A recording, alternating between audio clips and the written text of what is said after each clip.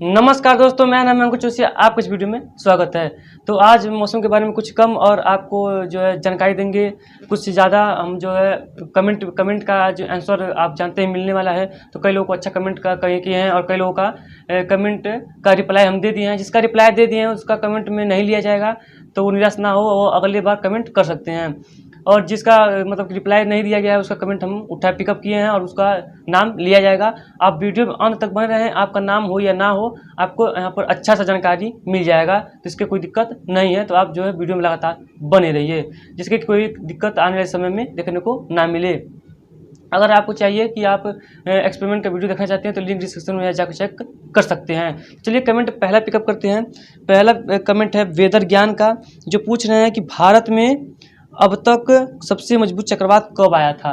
तो देखिए वेदर ज्ञान जी ने तो नाम रखा होगा, हम जानते हैं, लेकिन सबसे खतरनाक चक्रवात आया था 1999 में। सन 1999 में जो सुपर साइक्लोन आया था उसमें उड़ीसा में 9 लाख आदमी मारे गए थे। बहुत ही दुखद भरी घटना थी वो, यहाँ पर जिस समय उस समय, क्योंकि जो है हमारे पास जो है आधुनिकीकरण जो है मॉडल नहीं थे, जिसमें लोगों को चेतावनी नहीं दिया जा सका और कई लोग वहाँ पर मारे गए थे।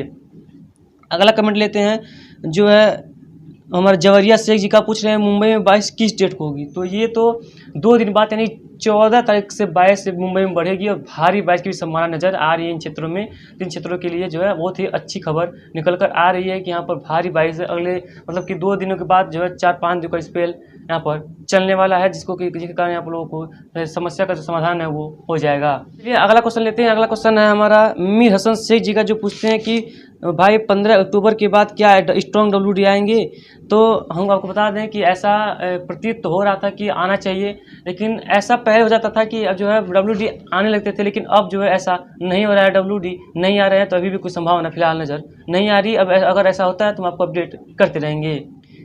अगला क्वेश्चन लेते हैं, जो है अचल सिंह देवराज जी का, जो पूछते हैं कि एक चक्रवाती हवा का अति छोटा क्षेत्र जो 40 फीट गोलाकार दायरे का होता है तथा अक्टूबर और अप्रैल के महीने दोपहर में खेतों में कटाई के हुए फसलों को उड़ाता हुआ चलता है, जिसे किसान आम बोल चाल की भाषा में भूतोलिया कहते हैं। अतः इसकी वैज्ञानिक नाम क्या है और ये कैसा होता है। तो हम आपको बता, जैसे कम दबाव क्षेत्र जैसे बनता है, सेम टू सेम प्रोसेस वही है और वो इसी तरह से ये भी बनता है। और क्या होता है कि जब वहाँ पर हवाएं गर्म होकर ऊपर उठ जाती हैं कुछ दूर की, तो वहाँ पर क्या होता है, जो हमारे पेड़ की जो छांव में जो हवाएं होती है, जो ठंडी हवाएं होती हैं, उसको घेरने के लिए बहुत तत्पर से आगे की तरफ बढ़ती हैं।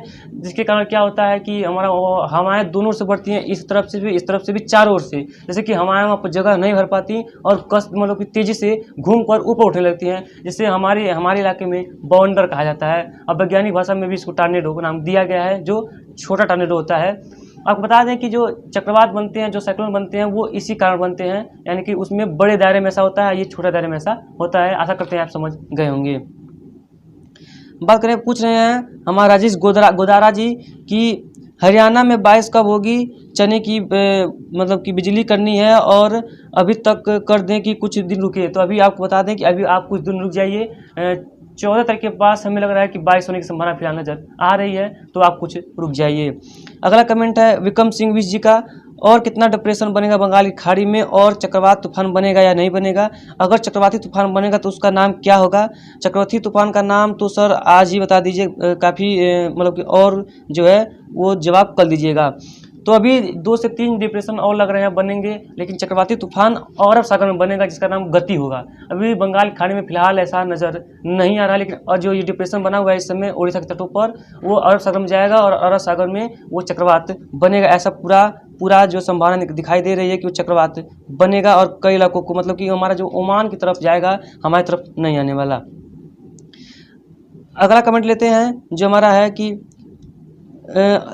अनिमेश दास जी पूछे हैं 17 अक्टूबर को बे ऑफ बंगाल में साइक्लोन स्टॉर्म गति possible, GFS model please reply.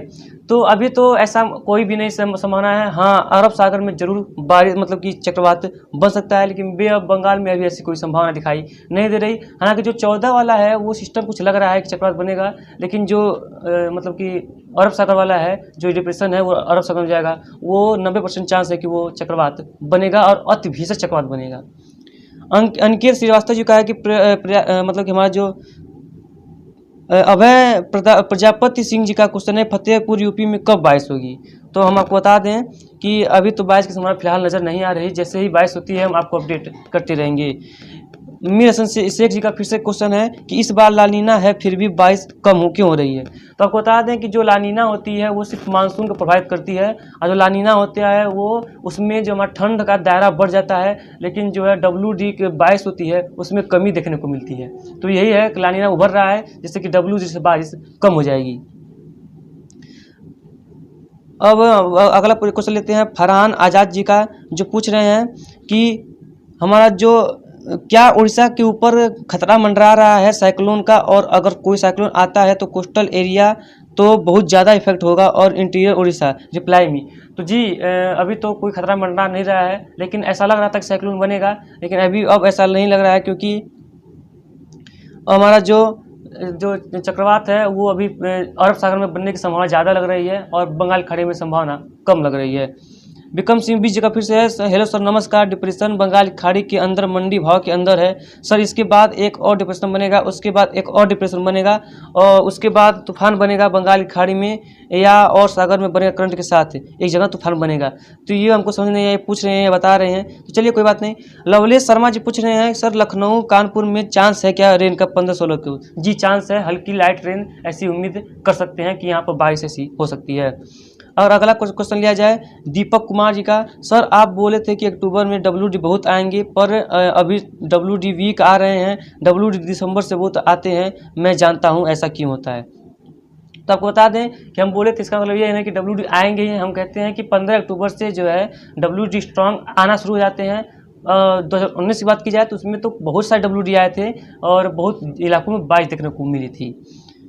प्रकाश पटीदार का है कि मध्य प्रदेश के नीमच जिले में कब बारिश होगी? जोशी जी हमन में सटीक हम बता दें आपको कि अभी जो है प्रकाश जी पटीदार जी, आपको जो मध्य प्रदेश का इलाका है इन इलाकों में बारिश बढ़ रही है और आज से ही कई इलाकों में बारिश बढ़ जाएगी, तो नीमच में 1-2 दिन का और वेट करना पड़ सकता है।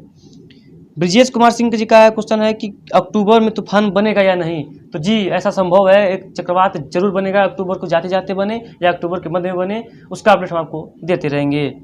बात करें हम प्रतीक प्रजापति का, तो कह रहे हैं गुजरात में कब रेन इंक्रीज होगी? तो जल्द 2 से 3 दिन लगेंगे, जैसे डिप्रेशन महाराष्ट्र की तरफ बढ़ता है गुजरात में रेन इंक्रीज हो जाएगी, खासकर साउथ में ज़्यादा बरसात देखने को मिलेगी। अमन कुमार जी का क्वेश्चन है सर अब सब सिस्टम का यही ट्रैक होगा? तो जी ऐसा लग रहा है कि सब सिस्टम का जो ट्रैक इसका है वही ट्रैक रहने वाला है। नौशाद अहमद जी पूछ रहे हैं क्या हवा की 2 लेयर होती है? कभी कभी हम देखते हैं हवा ईस्ट से वेस्ट की तरफ चलती है और बादल वेस्ट से ईस्ट की तरफ जाते हैं, ऐसा क्यों? तो हमको बता दें कि हवा की कई लेयरें होती हैं, उसके लिए आपको डिटेल में कहेंगे तो आप वीडियो बना देंगे। और जो आपको बता दें कि बादल ऊपर हवाएं कुछ और चलती हैं और नीचे की हवाएं कुछ और चलती हैं। कभी कभी क्या होता है, नीचे पूर्वैया चलती रहेगी और ऊपर से बादल पश्चिम से जाते रहेंगे, क्योंकि उस समय चक्रवाती सिस्टम बना रहता है जिसके कि बादल घूमते रहते हैं। इस पर विस्तृत जानकारी देने के लिए आपको बहुत सी समय लेना पड़ सकता है। अजय गोदाई जी पूछ रहे हैं क्या आसमानी बिजली से बिजली उत्पादन शुरू करने वाली बातें सही है? क्योंकि काफ़ी समय से कुछ देशों के नाम लेकर वीडियो आ रहे हैं कि आसमानी बिजली से उत्पादन शुरू हो गए हैं, न्यूजीलैंड इत्यादि के बिजली घर में दर्शाए गए हैं। हम आपको बता दें, जहाँ तक हमारा ज्ञान है कि बिजली कम से कम 24,000 डिग्री सेल्सियस तक गर्म होती है, 24,000 डिग्री सेल्सियस तक, जो कि आप उसको इकट्ठा कहाँ करेंगे, पानी नहीं ना इकट्ठा कर लेंगे, तो वो जहाँ पर गिरती है, और आपको कैसे पता चलेगा कि कहाँ बिजली गिर रही है? आपको ऐसा भी पता नहीं चल सकता कि बिजली कहाँ गिरेगी। अगर बिजली गिरती है तो ये जो हमारा जो एल्युमिनियम का तार लगा हुआ है, हाई वोल्टेज जो आपको कहा जाता है, ये गल जाएंगे, ट्रांसफार्मर भी गल जाएंगे, मतलब कि बहुत नुकसान हो जाएगा, क्योंकि 24,000 डिग्री सेल्सियस आप कम ना समझें। तो ऐसा ये गलत इन्फॉर्मेशन आज के मुताबिक है।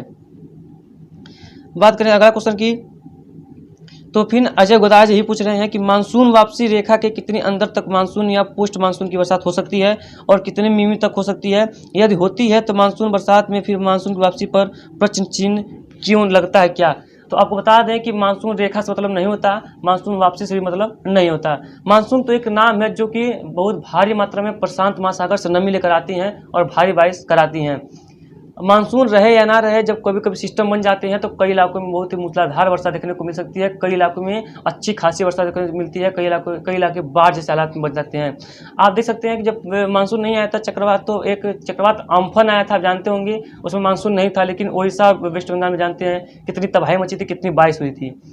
और आपको बता दें, जब चक्रवात फानी आया था तो उस समय भी मानसून नहीं आया था। तो आप देख सकते हैं कितनी मतलब कि बारिश हुई थी और कई इलाके जलमग्न हो गए थे, और उत्तर प्रदेश में भी बारिश हुई थी। तो ऐसा नहीं है, और मानसून रहे चाहे न रहे, अगर सिस्टम बन जाते हैं तो बहुत बरसात देखने को मिलती है। वो करंट रहे या न रहे, उससे कोई फर्क नहीं पड़ता। मानसून की वापसी अगर बात की जाए तो मानसून की वापसी अभी मध्य उत्तर प्रदेश तक हो चुकी है, उसके बाद अभी नहीं हुई है। बात करें अगर हम अगला क्वेश्चन की, तो दुर्गेश शर्मा पूछ रहे हैं कि नीमच में बारिश होगी क्या? बस 2 दिन का वेट कीजिए, बारिश होगी। अनिल कुमार जी पूछ रहे हैं, कह रहे हैं मैंने बोला था ना सर, लो प्रेशर एरिया राजस्थान में असर होगा।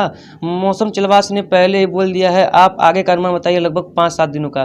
तो आपको बता दें, कोई भी कैसा भी बोले, हमारे हिसाब से तो होना चाहिए हल्का फुल्का असर होता है या नहीं होता है, हम आपको आगे अपडेट करते रहेंगे।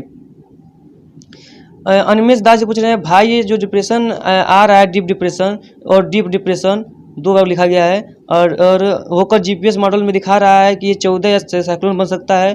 63 से 70 किलोमीटर विंड स्पीड होगी। आईएमडी ने 28 घंटे के बाद साइक्लोनिस्ट जो हमारा चेतावनी जारी की है। तो अभी ऐसा कोई नहीं लग रहा है साइक्लोन बनेगा, लेकिन ये है कि बारिश हो सकती है, और साइक्लोन नहीं तो डीप डिप्रेशन तक ये बनेगा जरूर। अगर साइक्लोन बनता है तो हम आपको अपडेट करते रहेंगे। पूछ रहे हैं हमारा जो घनश्याम कुशावला जी पूछ रहे हैं, मध्य प्रदेश के छतरपुर जिले में कब बारिश होगी? बस 1-2 दिन का वेट कीजिए। उदय जी पूछ रहे हैं, पता नहीं 2 बार नाम क्यों लिखा है इन्होंने, यह डिप्रेशन किस राज्य में सबसे ज़्यादा बारिश देगा? तो बता दें आपको, तटीय आंध्र प्रदेश, तेलंगाना, उत्तरी तमिलनाडु और दक्षिणी उड़ीसा, मध्य प्रदेश, महाराष्ट्र, इन क्षेत्रों में बहुत ज़्यादा प्रभावित करने वाला है। अब बात की जाए अगर करमजीत यादव जी पूछ रहे हैं, ऐसा 2 बार लिखे हैं, कैसे होता है कि एक स्थान पर बारिश हो रही होती है और दूसरे स्थान पर नहीं, और बारिश रात में अधिक और होती है दिन में नहीं? तो आपको बता दें, रात में जो हवाएं हैं समुद्र से स्तर की ओर चलती हैं, जिसके कारण उस समय नमी ज़्यादा रहती है, बादल रात में ज़्यादा बनते हैं, और दिन में जैसे जैसे धूप बढ़ता है तो बादलों का कमी होता रहता है, और धीरे धीरे वायु भी शांत होती रहती है। और आपको बता दें कि जो ये पैची रेन होती है, बादलों का बनना होता है, जो आपको बता रहे हैं एक स्थानों पर नहीं हो रही है, एक स्थान हो रही है, तो इसे कहते हैं छिटपुट बारिश, यानी कि गरजने वाले बादल अचानक से बन जाएंगे और कहीं पर बारिश देंगे, कहीं पर बारिश नहीं देंगे। अब अगला क्वेश्चन लेते हैं हम, जो पूछ रहे हैं, जो मतलब कि हमारा जो श्री राम जी कोई है, मतलब पूछ रहे हैं, अगला जो सिस्टम बनेगा उसका ट्रैक बिहार पर होगा, ये मेरा वादा है, और दुर्गा पूजा से पहले भारी बारिश होगा पूरे पूर्वी भारत में, पूर्वोत्तर भारत में। क्या सही बोले हम? तो अब भाई आप जो अपने ही अनुमान लगा रहे हैं तो अच्छी बात है, तो हमको तो ऐसा नहीं लगता। बात करें अगर अगला, तो वहाँ जो अगला क्वेश्चन लेते हैं। अब जो एक पूछ रहे हैं, राजा राम पटेल जी कह रहे हैं कि cyclonic circulation, low pressure area, और हमारा जो deep depression, well marked low pressure area, anti cyclone, और जो हमारा एंटी साइक्लोन है, ये सब क्या होते हैं, और हमारा हाई प्रेशर एरिया क्या होता है? तो आपको बता दें कि इसके लिए मतलब कि हमने वीडियो बना रखा है, आई बटन में लिंक मिल जाएगी, आप जाकर देख सकते हैं साइक्लोन कैसे बनते हैं। उसमें आपको बता दिया जाएगा कि कम दबाव से धीरे धीरे जैसे मजबूत होता है स्थिति, वैसे वैसे यहाँ पर बारिश देखने को मिलती रहती है, और कई इलाकों में बारिश होती रहती है। मनी राम वर्मा जी का बहुत ही अच्छा क्वेश्चन है, ये पूछ रहे हैं विंड शेयर जोन क्या है? तो देखिए, विंड शेयर जोन ये होता है कि विंड शेयर जोन में यानी कि हवाओं के रुख में बदलाव, यानी कि कुछ ही दूर पे हवाएं कभी तेज चलेंगी तो कभी कम चलेंगी, यानी कि 2 किलोमीटर पे जाएंगे तो हवाएं तेज चल रही हैं, 2 किलोमीटर पे जाएंगे तो हवाएं स्लो चल रही हैं, फिर आगे बढ़े तो फिर तेज चल रही हैं। तो उसमें दिशा में परिवर्तन भी होता है, जैसे कि मान लीजिए कहीं से पश्चिमी हवा चल रही है तो कहीं से पूर्वी हवा चल रही है, इसे कहते हैं विंड शेयर जोन, जो मतलब कि साइक्लोन को ये ज़्यादा प्रभावित करते हैं, क्योंकि जब हवाएं तेज कम चलती हैं तो इनसे मतलब इसका नुकसान होता है। अगला क्वेश्चन लेते हैं रजीश शुक्ला जी का, जो पूछे हैं सर्दियों में आंधी क्यों नहीं आती, प्लीज़ डिटेल में बताओ, थैंक यू सर। तो बहुत ही अच्छा क्वेश्चन पूछा है। सर्दियों में आंधी इसलिए नहीं आती क्योंकि देखिए सर्दियों में गरजने वाले बादल कम बनते हैं, क्योंकि गर्मी नहीं पड़ती, और इसलिए वहाँ पर आंधी भी नहीं आती। जब गर्मी पड़ती है तभी आंधी आती है, नहीं तो आंधी नहीं आती। अब अगला क्वेश्चन लेते हैं, जो पूछ रहे हैं, जो हमारा लवलेश शर्मा जी तो पूछ रहे हैं, इनका हम ले चुके हैं।